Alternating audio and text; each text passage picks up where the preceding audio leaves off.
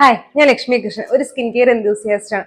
ഇന്ന് നമ്മൾ സംസാരിക്കാൻ പോകുന്നത് ഹെയർ ഫോളിനെ പറ്റിയിട്ടാണ്. പക്ഷെ ഞാൻ ആദ്യമായിട്ടാണ് കാണുന്നതെങ്കിൽ ചാനൽ സബ്സ്ക്രൈബ് ചെയ്യുക. കണ്ടിട്ട് സബ്സ്ക്രൈബ് ചെയ്യാത്ത ആൾക്കാരാണെങ്കിൽ സബ്സ്ക്രൈബ് ചെയ്യുന്നതിനെ പറ്റി ഒന്ന് ആലോചിക്കുക. അപ്പൊ നമുക്ക് വീഡിയോയിലോട്ട് കിടക്കാം. നമുക്ക് മുടി കൊഴിയാനായിട്ട് നമ്മൾ പറയും ഒരുപാട് റീസൺസ് പറയാറുണ്ട് അല്ലെ. സ്ട്രെസ്, ഹോർമോണൽ ഡിഫറൻസ്, അല്ലെങ്കിൽ ഹെറിഡിറ്ററി, അങ്ങനെ ഒരുപാട് റീസൺസ്, അല്ലെങ്കിൽ അണ്ടർലൈൻ ആയിട്ട് എന്തെങ്കിലും ഹെൽത്ത് ഇഷ്യൂസ് വേറെ ഉണ്ടെങ്കിൽ അത് കാരണം, അങ്ങനെ നമ്മൾ ഒരുപാട് റീസൺസ് പറയാറുണ്ട്. പക്ഷെ കോമൺ ആയിട്ട് പറയുന്ന റീസൺ ആണ് കുളിക്കുന്ന സമയത്ത് മുടി പോകുന്ന കാര്യം.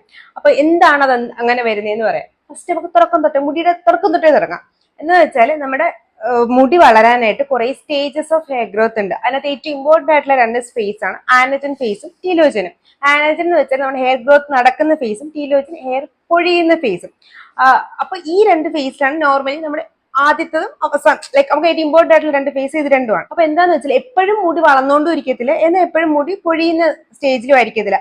ആ പൊഴിയുന്ന സ്റ്റേജ് എത്തുമ്പോഴാണ് നമുക്ക് ഒരുപാട് ഹെയർ ലോസ് തോന്നുന്നത്. നോർമലി നമുക്ക് ഒരു ദിവസം ഒരു 50 to 100 ഹെയർ ലോസ് വരുന്നത്, ഹെയർ മുടി കൊഴിഞ്ഞു പോകുന്നത് നോർമലാണ്. അതൊരു വലിയ ഇഷ്യൂ ആയിട്ടുള്ള പ്രശ്നമല്ല. പക്ഷെ നിങ്ങളുടെ സ്കാൽപ്പില് സ്കാൽപ്പ് നന്നായിട്ട് വിസിബിൾ ആയിട്ടുള്ള ആൾക്കാരാണ്, അല്ലെങ്കിൽ നിങ്ങൾക്ക് നല്ല തിന്നായിട്ടുള്ള ഹെയർസ്, അല്ലെങ്കിൽ ഭയങ്കര തിക്നെസ് കുറഞ്ഞ ഹെയർസ് ഒക്കെയാണ് ഉള്ളെങ്കിൽ നിങ്ങൾക്ക് ഒരു ദിവസം 50 താഴെ ഹെയർ ലോസ് ഉണ്ടാവാൻ പാടില്ല. അതിന് കൂടുതൽ ഹെയർ ലോസ് ഉണ്ടെങ്കിൽ, അല്ലെങ്കിൽ ഹെയർ ഗ്രോത്ത് ഉണ്ടെങ്കിൽ, ഹെയർ ഫോൾ ഉണ്ടെങ്കിൽ അത് ഹെയർ ലോസ് ആയിട്ട് നമുക്ക് കൺസിഡർ ചെയ്യാം. അല്ല, നോർമൽ ആയിട്ടുള്ള ആൾക്കാർക്കാണെങ്കിൽ ഒരു 50 മുതൽ 100 വരെയൊക്കെ ഹെയർ ലോസ് ഉണ്ടെങ്കിൽ കുഴപ്പമില്ല. ഇപ്പൊ എന്റെ ഹെയർ ഒക്കെ ആണെങ്കിൽ എനിക്ക് 50 മുതൽ 100 വരെ ആണെങ്കിൽ കുഴപ്പമില്ല.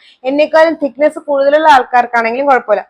എന്റെ കുറച്ച് താഴോട്ടുള്ള ആൾക്കാർക്ക് കുഴപ്പമില്ല. പക്ഷെ നല്ല സ്കാൽ വിസിബിലിറ്റി ഉള്ള ആൾക്കാർക്ക് ഒരു 50 കൂടുതൽ ഹെയർ ലോസ് ഉണ്ടാവാനായിട്ട് പാടില്ല. അത് ഫസ്റ്റ് കേസ്. പിന്നെ നമ്മൾ ചിലപ്പോൾ ഏറ്റവും കൂടുതൽ നമുക്ക് ഹെയർ ലോസ്, നേരത്തെ പറഞ്ഞ പോലെ നമ്മൾ കുളിക്കുന്ന സമയത്ത് നമുക്ക് അങ്ങനെ തോന്നുന്നത് എന്തുകൊണ്ടെന്ന് വെച്ചാൽ, നമുക്ക് നോർമലി ഹെയർ ഒരു സൈക്കിളത്തെ ദിവസങ്ങൾ മുടി ചെറുതായിട്ട് പൊഴിഞ്ഞുകൊണ്ടിരിക്കും.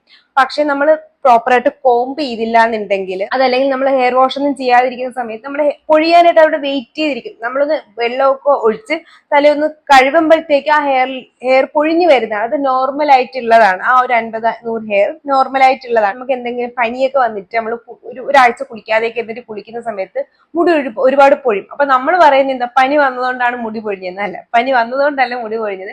നോർമലി നമ്മൾ സാധാരണ കഴുകുന്നത് കൊണ്ട് മുടി കൊഴിഞ്ഞു പോവാറുണ്ട്. പക്ഷെ നമ്മൾ ഒത്തിരിയും ദിവസം മുടി കഴുകാതിരുന്നുകൊണ്ട് ആ സാധാരണ നോർമലി പോകുന്ന ഹെയർ എല്ലാം കൂടെ ഒരുമിച്ച് പോകുന്നതുകൊണ്ടാണ് നമുക്ക് ആ ഒരു ഹെയർ ലോസ് തോന്നിക്കുന്നത്. എക്സാമ്പിൾ പറയുകയാണെങ്കിൽ, നമ്മൾ ഫേസ് വാഷ് ഒന്നും ചെയ്യാതെ കുളിക്കാതെയൊക്കെ ഇരിക്കും. എന്നിട്ട് നമ്മൾ കുളിച്ച് കഴിയുമ്പോൾ നമ്മുടെ ഫേസിലൊക്കെ ഒരു വെളിച്ചം വരത്തില്ല. അതെന്തുകൊണ്ട്? നമ്മുടെ അഴുക്ക് പോയതുണ്ട്. അതുപോലെയാണ് ഹെയർ ലോസ് ഉണ്ടാവുന്നത്. അപ്പൊ അതുകൊണ്ടാണ് കുളിക്കുന്ന സമയങ്ങളിൽ നമുക്ക് ഒരുപാട് ഹെയർ ലോസ് തോന്നിക്കുന്നത്. അടുത്തതാണ്, നമ്മൾ ഒരു ദിവസം അല്ലെങ്കിൽ നമ്മൾ ഒരു നോർമലി നമ്മൾ എത്ര പ്രാവശ്യം ഹെയർ വാഷ് ചെയ്യണം എന്നുള്ളത്. അത് നമ്മുടെ ഓരോരുത്തരുടെയും ഹെയറിന്റെ ടൈപ്പ് ഡിപ്പെൻസ് ചെയ്താണ്. ഇപ്പൊ എക്സാമ്പിൾ പറയുകയാണെങ്കിൽ, നമ്മൾ ഫേസിന്റെ കാര്യത്തിൽ പറയുമ്പോൾ നമ്മൾ പറയത്തില്ലേ, ഓയിലി ഫേസ്, അല്ലെങ്കിൽ ഡ്രൈ ഫേസ്, അല്ലെങ്കിൽ കോമ്പിനേഷൻ ആണ് എന്റെ ഹെയർ എന്നൊക്കെ. അതുപോലെ തന്നെ നമ്മളെ ഹെയറിനും അങ്ങനെ ഒരു സംഭവം ഉണ്ട്. അപ്പൊ എന്താ ചെയ്യേണ്ടതെന്ന് വെച്ചാൽ, നിങ്ങളുടെ എങ്ങനത്തെ ടൈപ്പ് ഹെയർ ആണെന്ന് മനസ്സിലാക്കുക. അതായത് ഇപ്പൊ നിങ്ങൾ നോർമലി ഹെയർ വാഷ് ചെയ്ത് കഴിഞ്ഞതിന് ശേഷം 1-2 ദിവസം നിങ്ങൾക്ക് ഹെയർ വാഷ് ചെയ്തില്ലെങ്കിലും നിങ്ങളുടെ ഹെയർ നോർമലായിട്ട് നിൽക്കുകയാണെന്നുണ്ടെങ്കിൽ അത് നിങ്ങളുടെ നോർമൽ ഹെയർ അല്ല. കുളിച്ച് പിറ്റേ ദിവസത്താണ് നിങ്ങളുടെ ഹെയർ നല്ല ഡ്രൈ ആയിട്ട് തോന്നുന്നുണ്ടെങ്കിൽ, സ്കാൽപ്പും ലെങ്തും ഒക്കെ ഡ്രൈ ആയിട്ട് തോന്നുന്നുണ്ടെങ്കിൽ നിങ്ങളത് ഡ്രൈ ഫ്രിസി ഹെയർ ആണ്. അതല്ല, കുളിച്ച് പിറ്റേ ദിവസം തന്നെ, അല്ലെങ്കിൽ അന്ന് വൈകിട്ടാണ് നിങ്ങളുടെ ഹെയർ ഭയങ്കര ഓയിലി ആയിട്ടൊക്കെ തോന്നുന്നുണ്ടെങ്കിൽ നിങ്ങളത് ഓയിലി ഹെയർ ആണ്. എനിക്ക് പറയുകയാണെങ്കിൽ എൻ്റെ ഓയിലി ടു നോർമൽ ആണ്, ഡ്രൈ വരാറില്ല. ഡ്രൈ വരുന്ന ഞാൻ ഒരുപാട് കെരാറ്റിൻ അങ്ങനെ എന്തെങ്കിലും സ്ട്രൈറ്റനിങ് സ്മൂത്തനിങ് ചെയ്തിരുന്ന സമയത്ത് എനിക്ക് ഡ്രൈനെസ് തോന്നുന്നില്ലാണ്ട് ഇപ്പോഴത്തെ നോർമൽ ഹെയറിൽ എനിക്ക് ആ ഒരു കുളിച്ച് 2 ദിവസം കഴിയുമ്പോഴത്തേക്ക് എൻ്റെ അത് ഓയിലിയോ, അല്ല ആദ്യത്തെ 2 ദിവസം നോർമൽ ആയിരിക്കും. നിങ്ങളുടെ നോർമൽ ആണെങ്കിൽ നിങ്ങൾ 2 ദിവസത്തിലൊരിക്കലോ കുളിച്ചാൽ മതി. നിങ്ങളുടെ അത് നല്ല ഓയിലി ഹെയർ ആണെന്നുണ്ടെങ്കിൽ നിങ്ങൾ മാക്സിമം ഓൾട്ടർനേറ്റ് ഡേയ്സോ അല്ലെങ്കിൽ ഡെയിലി കുളിക്കാൻ ശ്രദ്ധിക്കുക. കുഴപ്പമൊന്നും അങ്ങനെ ഹെയർ നമുക്ക് ഡ്രൈ ആവത്തില്ല. അല്ല, നിങ്ങൾ ഡ്രൈ ഹെയർ ആണെങ്കിൽ മാക്സിമം 3 ദിവസത്തിൽ ഒരിക്കലും കുളിക്കാൻ ശ്രദ്ധിക്കുക. അത് മാത്രമല്ല, നിങ്ങൾ ഓരോ ടൈപ്പിനനുസരിച്ചും ഷാംപൂ ചേഞ്ച് ചെയ്യാനും ശ്രദ്ധിക്കുക. നിങ്ങളുടെ ഭയങ്കര ഓയിലി ഹെയർ ആണെന്നുണ്ടെങ്കിൽ മാക്സിമം സാലിസിലിക് ആസിഡ് ബേസ് ചെയ്തിട്ടുള്ള ഷാംപൂസ് യൂസ് ചെയ്യാനായിട്ട് ശ്രദ്ധിക്കുക. കാരണം സാലിസിലിക് ആസിഡിന് നമ്മുടെ ഹെയറിന്റെ ഓയിൽനെസ് കൺട്രോൾ ചെയ്യാൻ പറ്റും. അത് കാരണം നമുക്ക് ഡാൻഡ്രഫ് ഒക്കെ, ഓയിലി ഹെയർ തന്നെയാണ് കൂടുതലും ഡാൻഡ്രഫ് വരാനുള്ള ചാൻസ്. അപ്പൊ ഡാൻഡ്രഫ് കൺട്രോൾ ചെയ്യാൻ പറ്റും. അതല്ല, നിങ്ങൾക്ക് സാലിസിലിക് ആസിഡ് ബേസ് ചെയ്തിട്ടുള്ള ഷാമ്പു യൂസ് ചെയ്യാൻ താല്പര്യമില്ലെങ്കിൽ BHA ടോണേഴ്സ് വാങ്ങിക്കാൻ കിട്ടും. വീക്കിലി 2-3 ദിവസം അത് കുളിക്കുന്നതിന് 2 മണിക്കൂർ മുന്നേ ഹെയറിലല്ല സ്കാൽപ്പിൽ അപ്ലൈ ചെയ്തിട്ട് വാഷ് ഔട്ട് ചെയ്ത് കളഞ്ഞാലും മതി. നോർമൽ ഡ്രൈ ഹെയർ ആണെങ്കിൽ നിങ്ങൾക്ക് എപ്പോഴും സേഫ് ജെന്റിൽ ആയിട്ടുള്ള ഹെയർ വാഷസ് ഷാംപൂസ് ആണ്. നമുക്ക് അങ്ങനെ ആകുമ്പോഴത്തേക്ക് നമ്മുടെ ഹെയറിലുള്ള നാച്ചുറൽ ഓയിൽ വലിച്ചെടുക്കത്തില്ല. ഇനി നമുക്ക് ഹെയർ ഓയിലിംഗ് നിങ്ങളുടെ ഓയിലി സ്കിൻ ആണെങ്കിൽ നിങ്ങൾക്ക് ഒരുപാട് ഹെയർ ഓയിലിന്റെ ആവശ്യമില്ല. ഡ്രൈ സ്കാൽപ്പൊക്കെ ആണെങ്കിൽ ഹെയർ ഓയിലിന്റെ ആവശ്യമുള്ളൂ. ഭയങ്കര ഓയിലി സ്കാൽപ്പ് ആണെങ്കിൽ നിങ്ങൾക്ക് ഹെയർ ഓയിലിന്റെ ആവശ്യമില്ല. ഇനി അടുത്ത വരുന്നൊരു ക്വസ്റ്റ്യൻ ആണ്, എണ്ണ തേച്ചാൽ മുടി വളരുമെന്ന്. നമുക്ക് മുടി വളരണമെങ്കിൽ നമ്മുടെ ഹെയർ ഫോളിക്കിൾസിലോട്ട് ഓയിൽ ഇറങ്ങി ചെല്ലണം. നമ്മൾ നോർമലി ഉള്ള ഒരു ഓയിൽസും നമ്മുടെ ആ ഫോളിക്കിൾസിലോട്ട് ഇറങ്ങി ചെല്ലത്തില്ല. മാത്രമല്ല നമുക്ക് ഹെയറിന് നാച്ചുറലി സെബേഷ്യസ് ഗ്ലാൻഡ് ഉള്ളത് കൊണ്ട് തന്നെ സ്കാൽപ്പിൽ നാച്ചുറൽ ആയിട്ട് അത് ഓയിൽ പ്രൊഡ്യൂസ് ചെയ്യുകയും ചെയ്യും. അപ്പൊ ഹെയർ ഓയിൽ യൂസ് ചെയ്തുകൊണ്ട് നമുക്ക് ഒരിക്കലും ഒരു ഹെയർ ഗ്രോത്ത് ഉണ്ടാവത്തില്ല.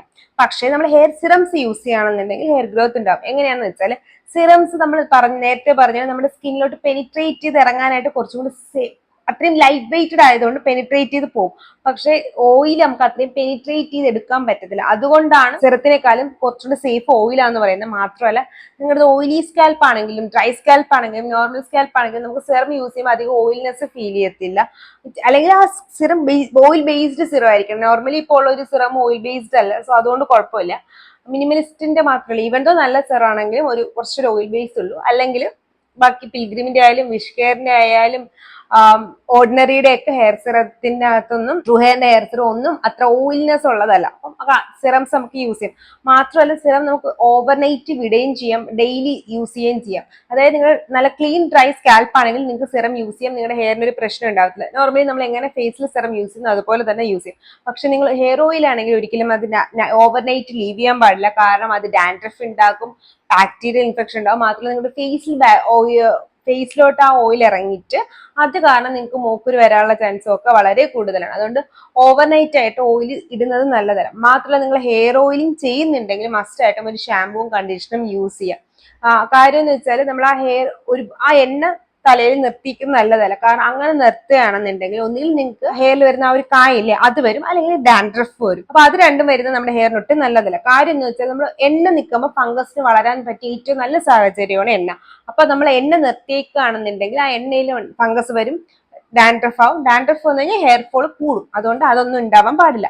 അപ്പൊ അതുകൊണ്ട് തന്നെ നിങ്ങൾക്ക് ഹെയർ ഫോൾ ഉണ്ടെങ്കിൽ നിങ്ങൾ ഹെയർ ഓയിലിനേക്കാളും നല്ലത് എപ്പോഴും ഹെയർ സിറംസ് ആണ്. അടുത്ത പ്രശ്നം എന്ന് വെച്ചാൽ നമ്മുടെ ഹോർമോണൽ ഡിഫറൻസ് കാരണം ഉണ്ടാവുന്ന ഹെയർ ഫോൾസ് ആണ്. അതായത് നിങ്ങൾക്ക് തൈറോയിഡ് ഉണ്ടെങ്കിൽ, അതല്ലെങ്കിൽ വിറ്റാമിൻ ഡി ഡെഫിഷ്യൻസീസ് ഉണ്ടെങ്കിൽ, അതല്ലെങ്കിൽ വേറെ എന്തെങ്കിലും അണ്ടർലൈൻ ഹോർമോൺ PCOD അങ്ങനെ എന്തെങ്കിലുമൊക്കെ ഉണ്ടെങ്കിലൊക്കെ നമുക്ക് ഹെയർ ഫോൾസ് വരാനുള്ള ചാൻസ് കൂടുതലാണ്. PCOD PCOSനൊക്കെ നമുക്ക് ചെറിയ രീതിയിൽ ഹെയർ ഫോൾസ് വരും. അപ്പൊ അങ്ങനെയുള്ള സിറ്റുവേഷൻ നമ്മൾ സിറംസ് യൂസ് ചെയ്തിട്ട് കാര്യമുണ്ടോ? ഇല്ല. അങ്ങനെയുള്ള സിറ്റുവേഷൻസ് അല്ലെങ്കിൽ നമുക്ക് എന്തെങ്കിലും അണ്ടർലൈൻ ഹെൽത്ത് ഇഷ്യൂസ് ഉള്ള സിറ്റുവേഷനിൽ നമ്മൾ ഹെയർ സിറംസ് നമ്മൾ ജസ്റ്റ് ഹെൽപ്പ് ചെയ്യുന്നല്ലാണ്ട് ഹെയർ ഫോൾ കംപ്ലീറ്റ്ലി നമുക്ക് ഹെയർ ഫോൾ ഉണ്ടാക്കാൻ പറ്റും, കംപ്ലീറ്റ്ലി നിർത്താൻ പറ്റത്തില്ല. കാര്യം എന്തെന്ന് വെച്ചാൽ ഈ പ്രശ്നങ്ങൾ ഉള്ളിടത്തോളം കാലം ഹെയർ ഫോൾസ് ഉണ്ടായിക്കൊണ്ടിരിക്കും. അപ്പൊ നമ്മൾ എത്ര സിറം യൂസ് ചെയ്താലും നമുക്ക് ഹെയർ ഗ്രോത്ത് കിട്ടത്തില്ല. കാരണം ഉണ്ടാവുന്ന ഹെയർ എല്ലാം ഫോൾ ഔട്ട് ചെയ്യും. പെട്ടെന്ന് അത് ടീലോജൻ ഫേസിലോട്ട് എത്തിയിട്ട് പെട്ടെന്ന് ഹെയർ ഫോൾ ഉണ്ടാവും. അപ്പൊ നമ്മൾ എത്രത്തോളം സിറം യൂസ് ചെയ്തിട്ടും അത് വേസ്റ്റ് ആണ്. നിങ്ങൾ ആ പ്രശ്നം എന്താണോ അത് ട്രീറ്റ് ചെയ്യാതെ നമ്മൾ ഹെയർ ഫോളിന് മാത്രമായിട്ട് സിറംസ് യൂസ് ചെയ്തുകൊണ്ട് കാര്യമില്ല.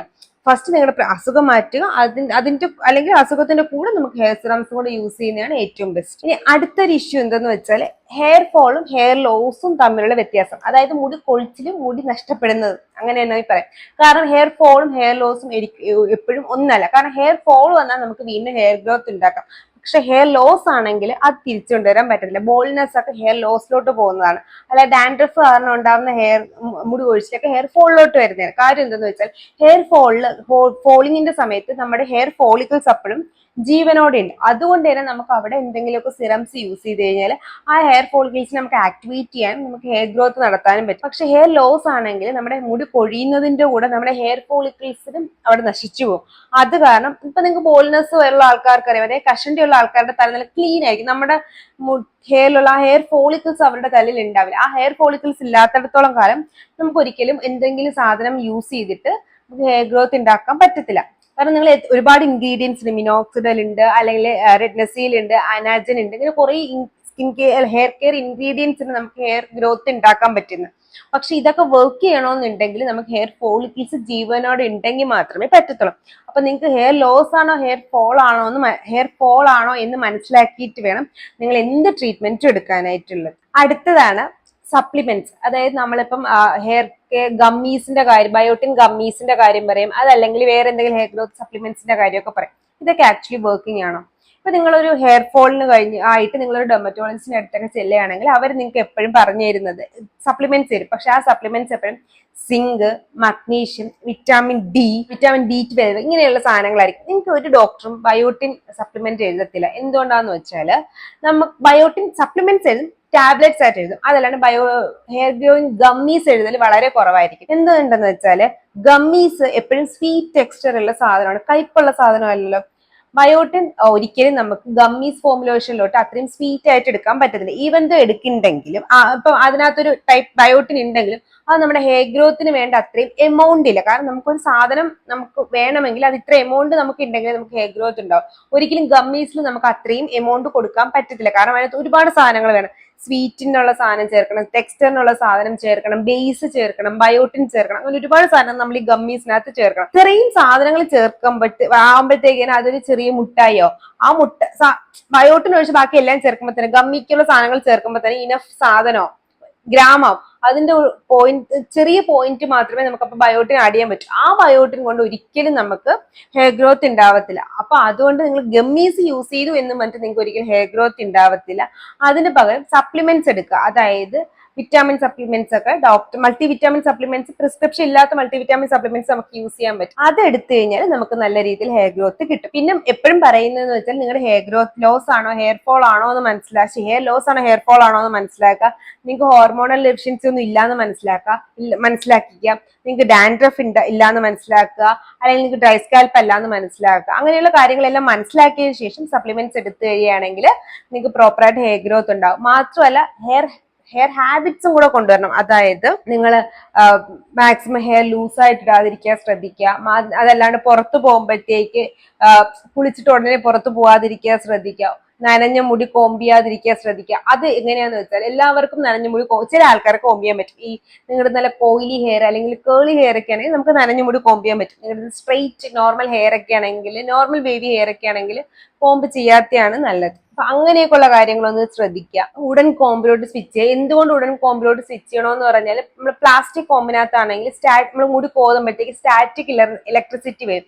അത് കാരണം ചെറിയ ഇലക്ട്രിക് കറണ്ട് കിട്ടും. നമുക്കറിയത്തില്ല, നമ്മൾ ഈ പെൻസിലൊക്കെ വെച്ചിട്ട് നമ്മൾ തേക്കുമ്പോഴത്തേക്ക് നമ്മുടെ മുടിയൊക്കെ ഇങ്ങനെ പൊങ്ങിരത്തില്ലേ, അത് നമ്മൾ ഈ പ്ലാസ്റ്റിക് ഹെയർ കോമ്പ് യൂസ് ചെയ്യുമ്പോഴത്തേക്ക് നമ്മുടെ ഹെയർ വരും. അത് കാരണം നമുക്ക് ഹെയർ ബ്രേക്കേജ് ഉണ്ടാവും.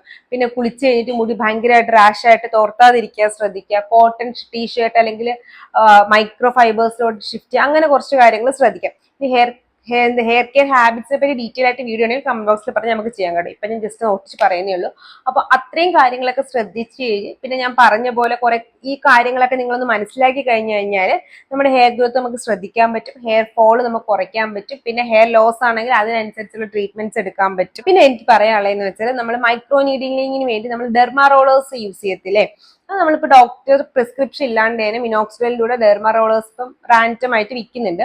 അത് യൂസ് ചെയ്യരുത്. കാരണം ഡെർമാ റോൾ എന്ന് വെച്ചാൽ നമ്മുടെ സ്കിന്നിലോട്ട് അല്ലെങ്കിൽ സ്കാൽപ്പിലോട്ട് നല്ല രീതിയിൽ പഞ്ചറിങ് കൊടുക്കുകയാണ്. ഡെർമാ റോളിങ്ങും മിനോക്സിഡിലും യൂസ് ചെയ്താൽ ഹെയർ ഗ്രോത്ത് ഉണ്ടാവും, ഇല്ല എന്നല്ല. പക്ഷെ നമ്മൾ പ്രോപ്പറായിട്ട് അത് ക്ലീൻ ചെയ്യത്തില്ല, അല്ലെങ്കിൽ പ്രോപ്പറായിട്ട് പ്രൊസീജിയേഴ്സ് അല്ല ചെയ്യുന്നതെന്നുണ്ടെങ്കിൽ നല്ല രീതിയിൽ നമുക്കത് ഇൻഫെക്ഷൻ ഉണ്ടാക്കും. അതുകൊണ്ടാണ് നല്ലതിനേക്കാളും ചീത്ത ഉണ്ടാക്കും. അതുകൊണ്ട് ഡെർമാ റോളേഴ്സ് യൂസ് ചെയ്യാതിരിക്കാൻ ശ്രദ്ധിക്കും. മിനോക്സിഡിൽ യൂസ് ചെയ്യുന്നതുകൊണ്ട് കുഴപ്പമില്ല. പെറ്റ്സ് ഉണ്ടെങ്കിൽ മാക്സിമം മിനോക്സിഡിൽ യൂസ് ചെയ്യാതിരിക്കാൻ ശ്രദ്ധിക്കുക. കാരണം കാറ്റൊക്കെ മിനോക്സിഡിൽ ഫേറ്റൽ ആണെന്ന് പറയുന്നുണ്ട്. അതുകൊണ്ടാണ്. അപ്പൊ അതൊന്ന് ശ്രദ്ധിക്കുക. മിനോക്സിഡിൽ ഞാൻ പൊതുവെ പ്രിസ്ക്രിപ്ഷൻ മെഡിക്കേഷൻ ആണ് ഡോക്ടേഴ്സ് പ്രിസ്ക്രൈബ് ചെയ്തിട്ട് യൂസ് ചെയ്യാൻ പറയും. പക്ഷെ സ്റ്റിൽ ഇപ്പോൾ ആ ഒരു കോൺസെൻട്രേഷൻ കുറച്ചിട്ട് മിനോക്സിഡിൽ ബ്രാൻഡുകൾ വിൽക്കുന്നുണ്ട്. അത് യൂസ് ചെയ്യുന്നതുകൊണ്ട് കുഴപ്പമില്ല. പക്ഷെ പെറ്റ്സ് ഉണ്ടെങ്കിൽ ഒന്ന് ശ്രദ്ധിക്കുക. അപ്പൊ അത്രയും കാര്യങ്ങളാണ്. ഇത് ഞാൻ ജസ്റ്റ് നോട്ടിച്ച് എൻ്റെ അടുത്ത് ചോദിച്ച ഹെയർ കെയർ വീഡിയോസ് Q&Aയിൽ പറയാൻ പറ്റാത്ത ഞാൻ ജസ്റ്റ് ഒരു വീഡിയോ ആയിട്ട് പറഞ്ഞതേ ഉള്ളൂ. ഇനി പ്രോപ്പറായിട്ട് ലൈക്ക് കംപ്ലീറ്റ്ലി ഒരു റൊട്ടീൻ അങ്ങനെ എന്തെങ്കിലുമൊക്കെ വേണമെങ്കിൽ കമന്റ് ബോക്സിൽ പറഞ്ഞ് നമുക്ക് അടുത്ത റൊട്ടീനായിട്ട് തന്നെ ചെയ്യും. അപ്പൊ ഇന്നത്തെ വീഡിയോ ഹെയർ ഫോളിനെ പറ്റിയിട്ടും പിന്നെ അതുമായിട്ട് ബന്ധപ്പെട്ട കുറെ നോർമൽ ക്വസ്റ്റ്യൻസ് എല്ലാം കൂടെ പിക്കപ്പ് ചെയ്തിട്ടുള്ള ഒരു വീഡിയോ ആയിരുന്നു. ഇതുപോലത്തെ skin care and hair care video ആയിട്ടല്ല ട്യൂസ്ഡേയും തേഴ്സ്ഡേയും സൺഡേയും ഞാൻ വരുന്നതാണ്. എന്തെങ്കിലും ഡൗട്ട് ഉണ്ടെങ്കിൽ കമന്റ് ബോക്സിൽ ചോദിക്കുക. Till dates Lakshmi signing off. Tata.